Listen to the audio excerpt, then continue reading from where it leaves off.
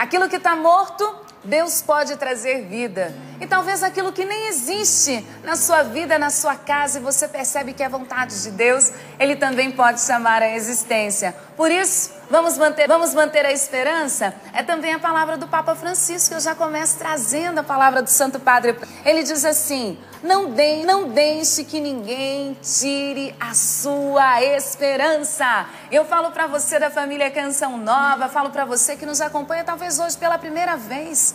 Talvez hoje você está aflito, angustiado. Talvez essa sexta-feira seja uma sexta-feira cheia de tribulações. Mas eu quero dizer, não deixe que ninguém tire a sua esperança. Por quê? Porque o nosso Deus vivifica os mortos e chama à existência o que antes não existia. Eu creio e eu sei que o Márcio Mendes também acredita nisso. Também acredito. Bom dia. Bom dia, Valdênia. Acredito que Deus tem o poder de trazer a vida sempre. Sempre. Porque dar a vida não é algo que Deus faz, é o que Ele é. Nossa, Márcio, é verdade. Deus é vida. Deus é vida. Sempre que você encontrar uma situação de morte, você pode ter certeza de que o que a gente está experimentando ali é a ausência de Deus. Inclusive, a palavra do Senhor, ela nos mostra. É um mistério a questão da morte, mas a palavra de Deus, ela nos mostra que a morte entrou no mundo por inveja do maligno. O mal, ele produz sempre instrumentos de morte.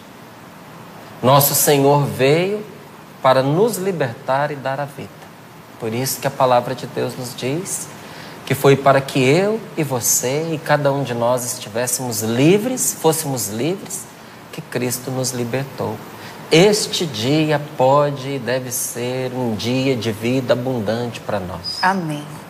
Todos aqueles que se sentem mortificados pela dor, pela tristeza, todos aqueles que estão enfrentando alguma situação, até de ameaça de morte, devem recorrer com fé a nosso Senhor Jesus Cristo, que se apressará em libertá-lo, não é?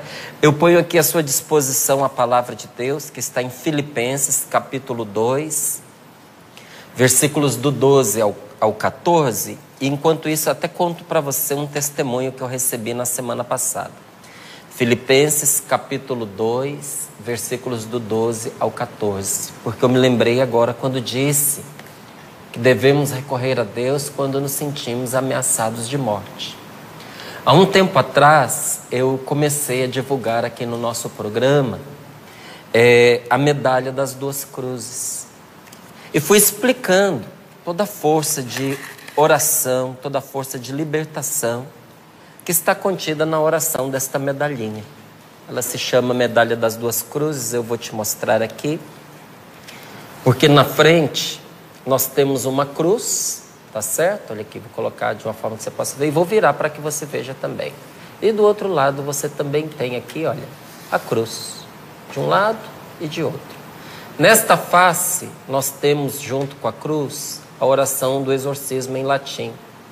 Crux sacra sit mic lux, non draco sit mic dux, va diretro a satana, nunquam suad mic vana, sunt mala quelibas, ipse venena bibis. E digo o que significa. Essa oração reza assim: a cruz sagrada seja minha luz, não seja o dragão meu guia, retira-te, Satanás, nunca me aconselhes coisas vãs, é mal que tu me ofereces, bebe tu mesmo os teus venenos. E do outro lado, você tem a cruz do Senhor, cruz de Cristo, com uma promessa, da qual Jesus não pode abrir mão. Uma palavra de Deus, da qual Ele não pode voltar atrás. Uma promessa para mim e para você, que diz assim: porque você se uniu a mim, eu o livrarei e o protegerei. Porque você se uniu a mim, diz o Senhor, eu o livrarei e o protegerei. O livrarei do maligno, o livrarei dos seus inimigos, o livrarei das forças de morte no seu coração, o livrarei dos seus pensamentos destrutivos, porque nosso Senhor nos protege até de nós mesmos quando nós operamos para a nossa própria ruína. E eu contava que esta medalhinha, ela surgiu como inspiração para mim, pela história de 2 santos. Um deles foi São Bento, que foi levado pelos seus monges diante de um obstáculo que eles não conseguiam remover. Eles precisavam expandir o mosteiro, ninguém conseguia tirar dali uma rocha, não conseguiam quebrá-la, não conseguiam removê-la com máquinas, com nada. E São Bento percebeu que naquele obstáculo normal, natural, tinha um problema de ordem sobrenatural. Nós deveríamos ser mais atentos e perceber que por trás de certos problemas que nós vivemos, aparentemente naturais, às vezes opera uma força espiritual maligna. E, a pedido dele, levaram São Bento diante daquela rocha. São Bento tirou um minutinho, rezou, e enquanto ele rezava, Deus lhe mostrou no seu íntimo, no seu coração, nos seus pensamentos, deu a ele uma imagem, não é? Ele imaginou, ele viu na sua imaginação um demônio sentado sobre aquela rocha. E fez ali uma oração, provavelmente esta daqui, e ao traçar o sinal da cruz, virou para aqueles homens, eram inúmeros que estavam ali à volta, virou para uns 2 ou 3 monges e disse: vocês podem agora remover a pedra. E 2 ou 3 pessoas conseguiram sozinhas o que máquinas e uma multidão não havia conseguido. Porque quando Deus intervém numa causa, o que era difícil se torna fácil. Amém. E o que era possível se torna possível. Do outro lado, com esta oração, não é, que nós temos aqui, a promessa de Deus, porque você se uniu a mim, eu o livrarei e o protegerei. Há muitos anos atrás, quando eu era seminarista, porque hoje eu sou casado, sou pai de 2 filhos, mas há uns anos atrás eu estudava e discernia minha vocação, porque talvez Deus me quisesse padre. Um professor meu, padre no seminário de São José do Rio de Janeiro, contou que às vezes um santo, um homem santo, sofria uns ataques espirituais, que ele caía no chão e se contorcia como quem estava tendo convulsões violentíssimas. E quando esses ataques aconteciam, eram tão agressivos que aquele homem pensava: desta vez eu vou, desta vez eu morro e não vou escapar. E o que mais o angustiava não era o medo de morrer, porque ele não tinha medo de morrer. O que mais o angustiava é que naquela hora nem o nome de Jesus ele conseguia dizer ou pensar. Então, muito esperto e inteligente, ele mandou talhar aquela oração que mais era importante para ele, que mais marcou a vida dele e com as palavras com as quais ele mais recorria a Deus. Mandou gravá-las e ele as trazia sempre pertinho do coração. Então, quando ele percebia que ia dar o ataque, ele segurava nas mãos a oração e batia contra o peito como quem diz: nesse momento, meu Deus, em que eu não consigo rezar, em que eu não consigo dizer o teu nome, o que eu tenho para te dizer está gravado neste pedacinho de papel, nesta tabuinha, nesta medalha. E assim ele transformava até a convulsão numa oração. E Deus o socorria. E eu pensava comigo: eu quero ter comigo essa experiência de oração. Então, muitas vezes, a Valdênia ali, atendendo as pessoas, a Rejane me confirmou isso alguns dias atrás, as pessoas perguntavam: como é que a gente reza com essa medalha, daquele jeito que o Márcio falou? Não tem jeito certo. Eu partilhei o meu jeito de rezar. Não é? Por quê? Às vezes não tem um jeito único, não é? Um jeito único, verdade. Obrigado, Valdênia, isso mesmo. Não tem um jeito único. Jeito certo sempre tem. Não tem um jeito único de rezar. Mas eu partilhei aquilo que Deus me inspirou a rezar. Porque muitas vezes, gente, o mal não está fora, está dentro da gente, no coração da gente. Verdade. Nos atormentando, nos oprimindo por medos, preocupações, tentações terríveis, ideias de suicídio, desejos de vingança, às vezes numa preguiça que a gente não consegue se libertar, outras vezes com pensamentos indecentes, numa sensualidade que a gente percebe que está nos afastando de Deus e a gente não tem forças para deixar. Então, quando isso acontece dentro de mim, eu viro esta parte da oração, do exorcismo, para dentro do meu coração. E ponho contra o peito assim, ó. A cruz com a promessa fica para fora e o exorcismo fica para dentro. Entende? Palavra de Deus direcionada para fora. Isso, e a oração do exorcismo para dentro. E eu rezo: a cruz sagrada seja minha luz, não seja o dragão meu guia. Retira-te, Satanás. Nunca me aconselhes coisas vãs. Gente, não só eu. Quantos testemunhos têm chegado de pessoas que têm experimentado verdadeiras libertações? Gente que não dormia, voltou a ter paz para dormir. Uma mãe contava da filha que tinha uns ataques psicóticos, espirituais terríveis, até o momento em que ela passou a colocar essa medalhinha sobre ela e a filha começou a dormir com essa medalha sobre o travesseiro. Márcio, deixa eu interromper um pouquinho, mas só para confirmar toda essa espiritualidade, isso.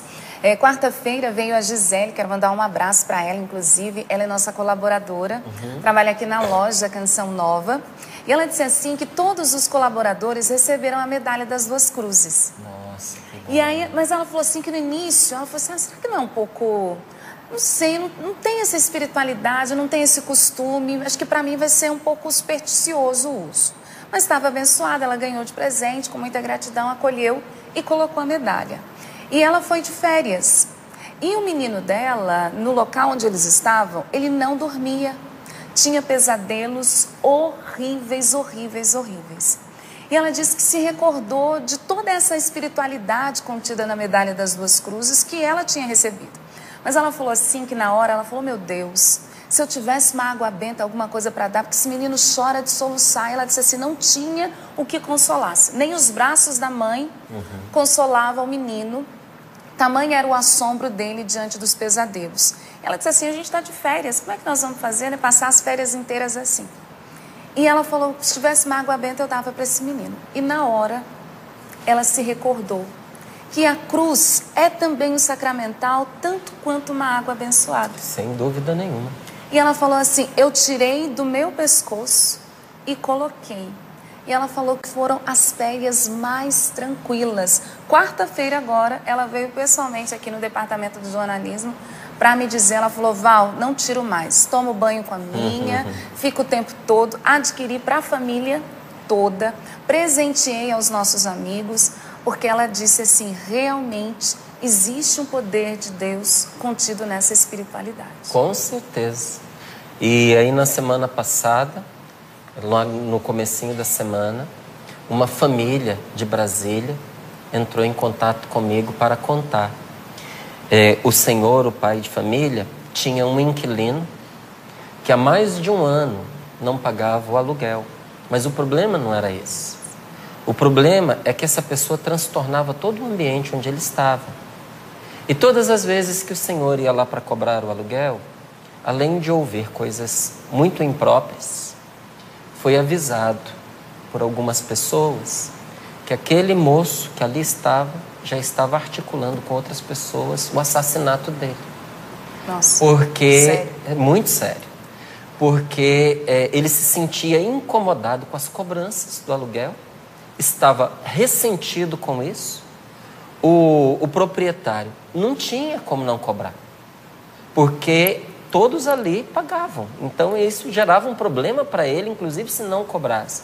E se cobrasse, ele já tinha percebido o perigo que ele estava passando. Aí ele disse para mim que o que ele fez foi rezar com uma medalhinha. Diz que foi rezar num dia e o moço ir embora no outro. Mais de um ano que que a pessoa estava lá sem pagar o aluguel. E agora numa situação de inimizade. Gente, é o que reza aqui. Não é o metalzinho, não é simplesmente o símbolo, mas é o que nós oramos. A medalha é um sinal que nos leva a orar. Como nós muitas vezes precisamos da Bíblia nas mãos para poder nos ajudar a orar. Sim. A cruz sagrada seja minha luz. Não seja o dragão meu guia. Retira-te, Satanás. Nunca me aconselhes coisas vãs. É mal que tu me ofereces. Bebe tu mesmo os teus venenos. E quando eu percebo que o mal me vem de fora, ataque de pessoas, incompreensões, eu viro o exorcismo para fora. E peço a Deus que não se aproxime de mim quem não vem da parte dele. E se por acaso se aproximar, que não permaneça com as más intenções. Ou o Espírito Santo me afasta daquela pessoa, ou o Espírito Santo de Deus tira do coração dela as intenções ruins que traziam contra mim. E eu vou te dizer, tem sido para cada um de nós uma experiência maravilhosa. Então, quando falava aqui, não é, de a gente clamar a Deus em situações de risco de morte, me veio ao coração a medalhinha, tá? Indico para você, não ganho nada em fazer essa indicação, gosto muito de dizer isso, porque às vezes a pessoa pensa que aqui a gente faz propaganda igual a algum canal comercial, porque a gente tem ali uma porcentagem, não tenho nada. Eu indico a você que você tenha sim essa medalhinha, não se usa como uma forma de superstição, mas como um sinal. A palavra de Deus fala constantemente de sinais. É um sinal de que nós nos revestimos da presença de Deus. E é um sinal de Deus para nós, de que a sua promessa jamais findará. Porque você se uniu a mim, eu o livrarei e o protegerei. É isso mesmo. E é hora da gente ir retomando, né? Esses objetos sacros. Antigamente nós éramos mais piedosos. E aos poucos nós fomos perdendo isso. Então é também uma forma da gente demonstrar toda a nossa catolicidade.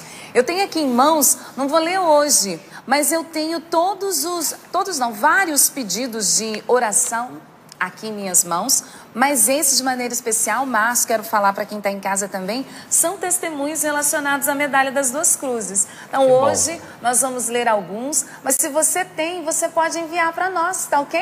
Envia para a gente hoje também a sua experiência com a espiritualidade da medalha das duas cruzes.